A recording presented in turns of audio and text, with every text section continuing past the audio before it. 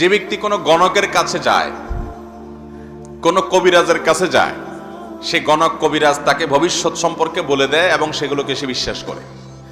অথবা কোনো জাদুকরের কাছে যায়, ব্ল্যাক ম্যাজিশিয়ানের কাছে যায়, কবিরাজের কাছে যায়, জাদু টোনা করে, সেটা কাউকে ক্ষতি করার জন্য করে, অথবা কাউকে কাছে টানার জন্য করে, আপোষের জন্য করে, কিংবা শত্রুতা করার জন্য করে। এই কাজগুলো যারা করে, নবী সাল্লাল্লাহু আলাইহি ওয়াসাল্লাম তাদের সম্পর্কে বলেছেন সে আমার উম্মত না। তিনি বলেছেন লাইসা মিন্না মান তাতায়্যারা আও তুতায়্যিরা লাহ আও তাকাহানা আও তুকুহিনা লাহ আও সাহারা আও সুহাইরা লাহ।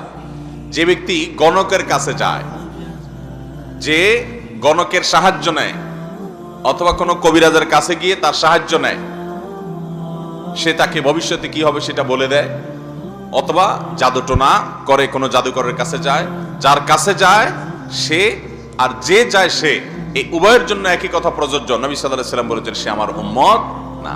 আমাদের সমাজে দেখবেন অনেক বউ তার শাশুড়িকে আপোষ করার জন্য কবিরাজের কাছে যায়, অথবা একজন আরেকজনের বিরুদ্ধে ক্ষতি করার জন্য কবিরাজের কাছে যায়, কোনো মেয়ের বিয়ে বন্ধ করার জন্য অনেক কবিরাজের কাছে যায়, অনেক জাদুকরের কাছে যায়।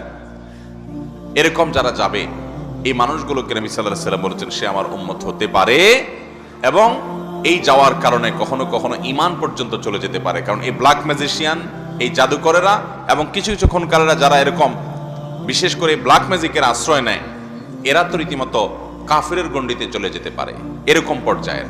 আর বাকি যেগুলো আছে তাদের অনেকগুলো এই বিদআতের চরম পর্যায়ে চলে যায়। আল্লাহ রাব্বুল আলামিন এই ভয়াবহ বিষয় থেকে আমাদেরকে বেঁচে থাকার তৌফিক দান করুন।